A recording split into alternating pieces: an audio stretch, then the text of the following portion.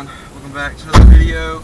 I'm running a bit late this morning on the way to school, but I needed to get a video out, so I'm filming this one. Basically, the reason for the projects video the other day was because I wanted to show something off, and plus, I didn't have a video. So, today's video is going to be a little bit different. We're going to go ahead and fire up that cold start on the truck and let it get warmed up, and we're going to head over to my school and try to be on time. Today's video is going to be what it's like to work at a parts store, and especially if you're new to working in general like myself, is working at a parts store a good first job for a car guy?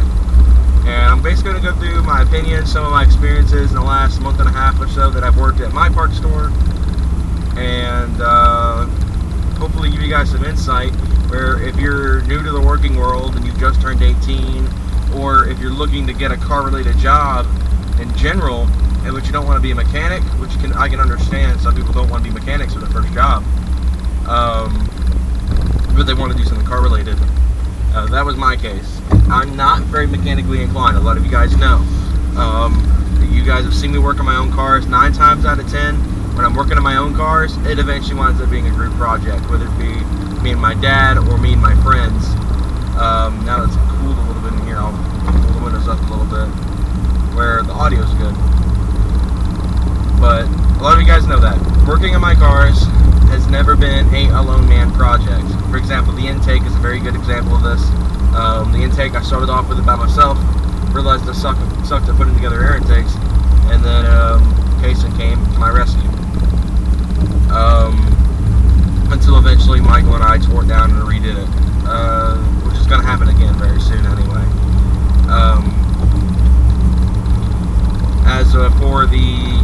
For the example, another good example is lowering it. Now, lowering a car in general is never a one-man job. When it's a one-man job, when you're lowering a car, it could take hours, and I mean hours of work. It could take even days. And for example, when Hayden had his Genesis and he put coilovers on it, he had his friend Jake to help. In fact, actually did the coilovers on the Miata that same day. Now, when lowering this, it was a very big 2 to 3 man job, because there's a lot of stuff that goes into lowering a car, whether it be a live axle with leaf springs such as this vehicle, or independent rear suspension with coils like a Genesis or any modern sports car that you'll be looking at today in the last 15-20 years. Anyway, back to the topic at hand. Working at a parts store for your first job or for just a car related job in general, is it good? Now, if you're looking for something that pays really well, it may not be the thing for you. For example, I'm working about a little more than minimum wage at my job, and I'm fine with it because I don't necessarily have a need for it. You know, I basically got the job because I wanted something to keep me occupied and, you know, get some money, to get some monetary gain out of it.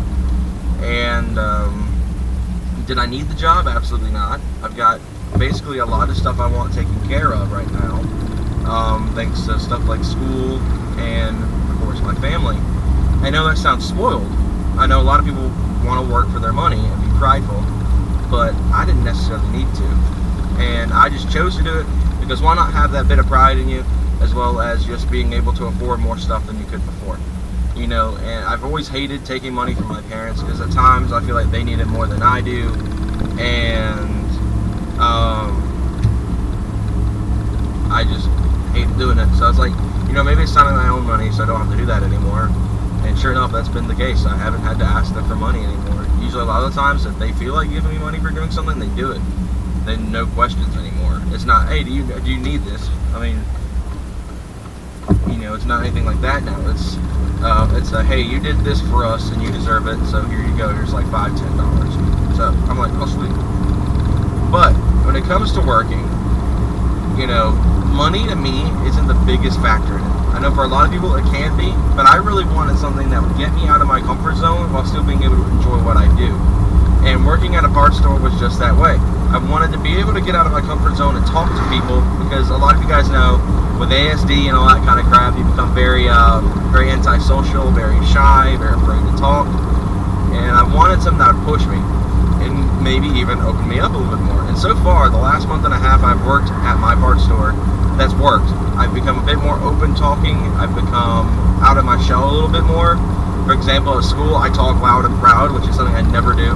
I'm usually a very quiet person at school, but as of late, I've been a very big talker, and I'm happy with myself for it, because I'm used now to talking to people I don't know and starting conversations and just being more open than a typical person with ASD who, lack of better words, closeted themselves their entire life or something like that.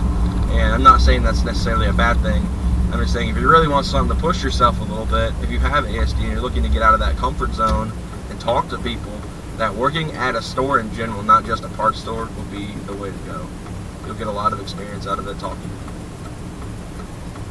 I know as this light needs to turn green.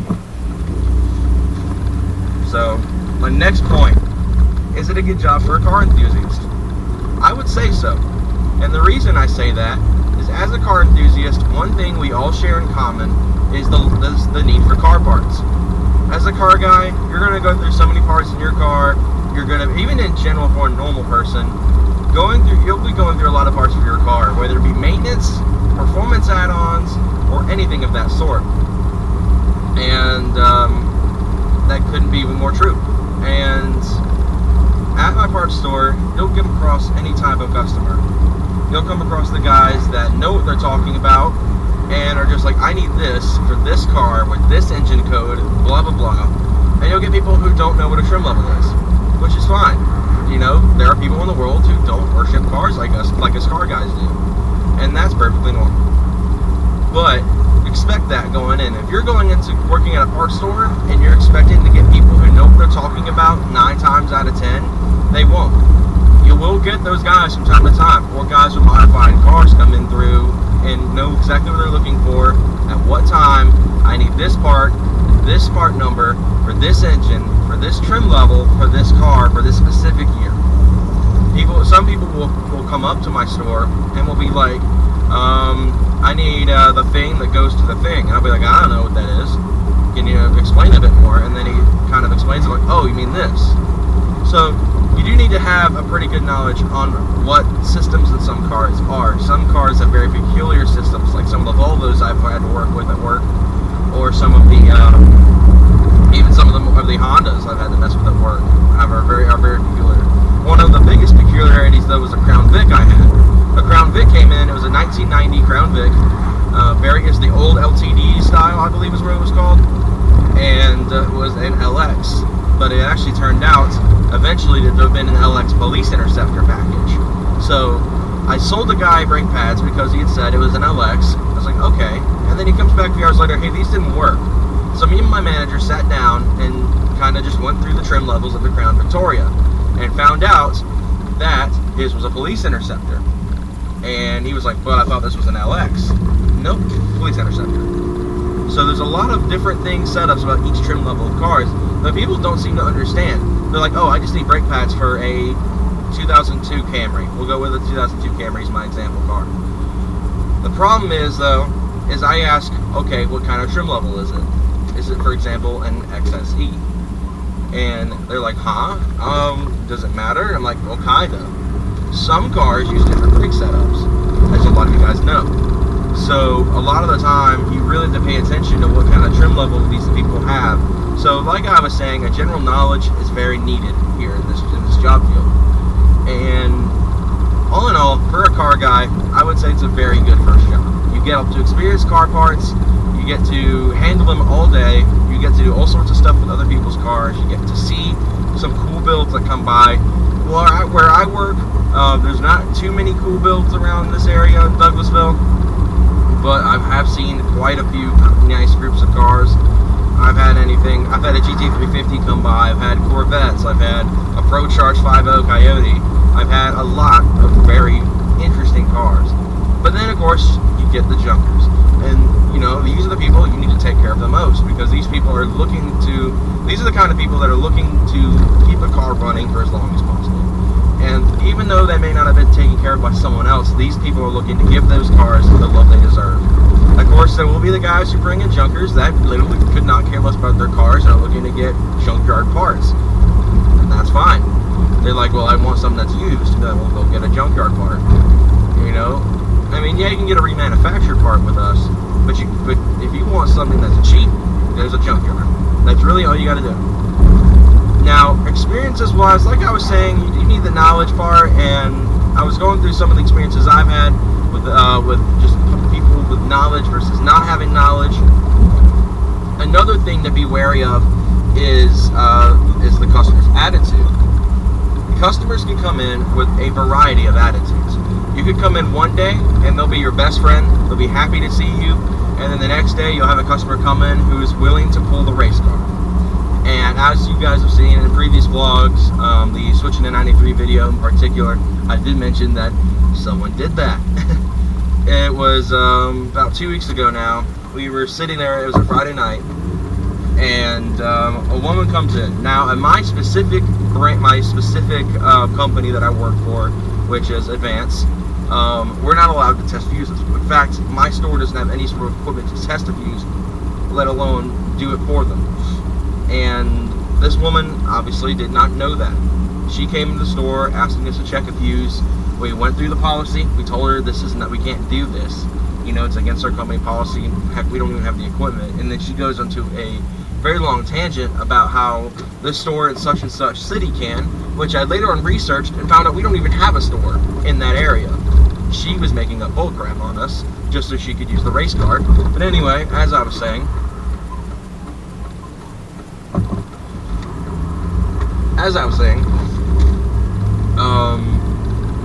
she later on just said, oh, it's a black thing, and walked and stormed out, assuming that me and my manager were both racist because we did not want to give her a fuse test, which is very similar to yourself. If you've never done it yourself, you just pull the fuse, make sure the fuse isn't broken, put it back in, you're good to go.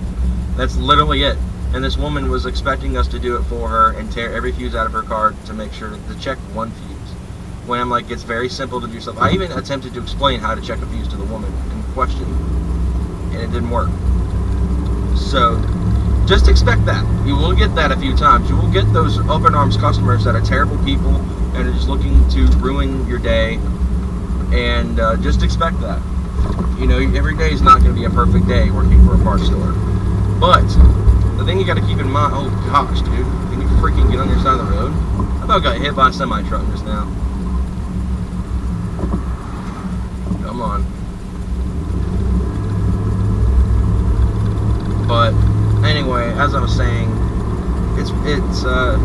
it's something you should not expect to go in every day to work with the expectation of, oh, today's going to be a great day. I mean, you should go in expectations of it, but don't expect every customer to walk in to be a nice guy, because 9 times out of 10 they are, but you will get those oddball, lack of better words, douchebag of a customer every once in a while, and you just got to put up with it. You got to put a smile on your face.